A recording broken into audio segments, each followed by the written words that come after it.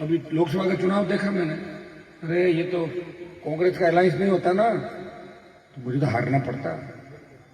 एक बाड़मेर का लड़का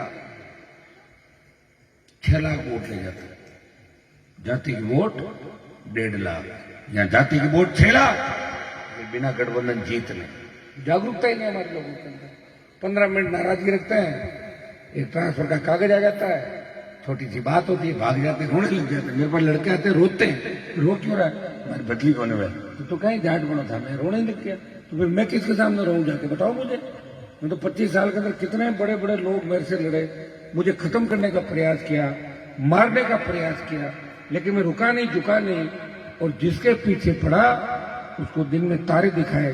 अगर लिस्ट लेके बैठूंगा तो सुबह की 4 बज जाएगी, लेकिन उनको ऐसा नहीं मैंने मदद नहीं की। ज्योति मिर्जा को भी 9 में ही लेके आया था और आप सबने कांग्रेस को वोट किया। जब रिचपाल तकलीफ में था उसके बेटे को भी डेगाना में जिताया, और हरिंदर तो नागौर में इस बार जीता ही था। तो तीनों मिर्जा को जिताया कि नहीं जिताया, एक बार, लेकिन एक बार। इसका मतलब नहीं परमानेंट उनको ही करता रहूंगा। कहाँ है अब, कहाँ है लोग? अरे जीता देगा हम तो सोचेंगे हमारे लिए कोई सारा बनेगा। जीता के जाने के बाद लोग मिलते नहीं, लोग यहाँ रहते नहीं, तो पब्लिक कहां जाएगी भाई, ये तो बताओ। ये नागौर शायद राजस्थान में पहला जिला है जब दिल्ली का पैसा सीधा लग रहा है। मानासर से लेकर जो बल्लभ चौराहे तक रोड बन रही है, गोगलाव की जो 6 किलोमीटर रोड बनी, हर जगह मैं नहीं रह सकता। जनता की खुद को जागरूक होना पड़ेगा। अगर ठेकेदार रोड ठीक नहीं बना रहा था तो रोक देते उस रोड को, मैं अपने आप ठीक करा देता। अब वो गलत रोड बना के भाग गया, मैं उसका पीछा कर रहा हूं। ठेकेदारों ने मेरे खिलाफ ग्रुप बनाया नागौर के अंदर और पूरे जिले में घूमे, हनुमान जी को हराओ नहीं तो हमें चोरी नहीं करने देगा। अब आप बताओ, मैं चोरी कराऊंगा या आम जनता का साथ दूंगा? और लोग कौन ज्यादातर हमारे लोग समझते नहीं। 19-20 कर लो, लेकिन लूट खसोट मत करो। आज ये आपकी जितनी भी रोडें बन रही है चारों तरफ 20 फुट चौड़ी रोडें हैं। लोग जानते नहीं थे 20 फुट चौड़ी रोड भी होती है क्या। गोगलाव से लेके फलोदी हाईवे बन रहा है, कहीं टोल नाका नहीं है, एक रुपए का टोल नहीं। और शानदार सड़कें, जितना खींवसर में विकास कराया उसके बराबर नागौर में विकास कराया, उसके बराबर मेड़ता में विकास कराया। वो मेरी विधायक थी, गोपालगंज में मेरा विधायक था, उसको तकलीफ नहीं पड़ने दी। और मेरे पे 2-3 बार जो हमले हुए थे उसमें षड्यंत्र मुख्यमंत्री हाउस से हुआ कि हनुमान के ऊपर हमला कराओ, लाठी बाटा जंग होगी, गोली चलेगी, 5-7 मर जाएंगे और हनुमान जेल में होगा, इसको बदनाम कर देंगे। लेकिन तेजाजी महाराज की कृपा देखो कि बाड़मेर के हमले के अंदर 500 लोगों ने लाठी तलवार गोलियां चलाई, मेरा बाल भी बांका नहीं हुआ, गाड़ी के शीशे टूटे थे। तो वो हमला करने वाले अपने आप ठीक हो जाएंगे, मेरे कहने की आवश्यकता नहीं, समय के साथ सब चला जाएगा। लेकिन मैंने बड़ा मन रखा। खरनाल का मेला था, आप देखिए लाखों लोग आते हैं। अगर छोटी सी कोई बात हो जाती, गोविंद जी तो थे उस समय, किस तरह की हरकत की गई।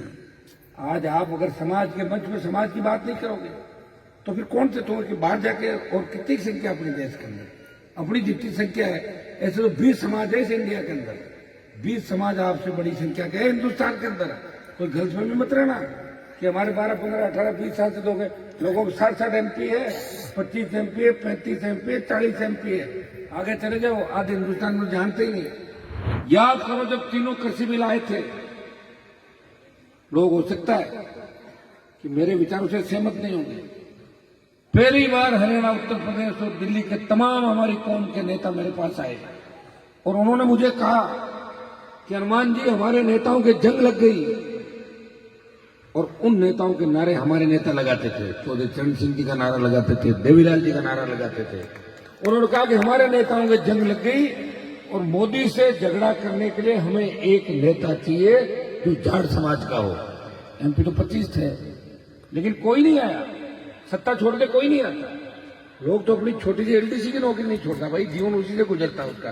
लेकिन हनुमान बेनीवाल ने जब लगा कि देश में कोई लड़ने वाला नहीं है, वीर तेजाजी महाराज का भक्त मोदी का सामना करके उस शाजापुर बॉर्डर को जाम किया, जो गुर्जर आरक्षण आंदोलन के समय भी हाईवे जाम नहीं हुआ था, उसको मैंने जाम कराया और कौम का सम्मान पूरे देश के अंदर बनाया।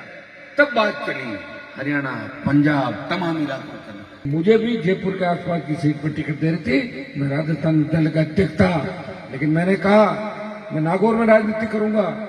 मेरे उस नागौर को यूनिवर्सिटी कॉलेज के जमाने के अंदर जब लोग कहते थे कि आप नागौर के लोग तो तालाब का पानी पीते हो, आप नागौर वाले शिक्षा में पीछे हो, वो बातें मैं चुभती थी।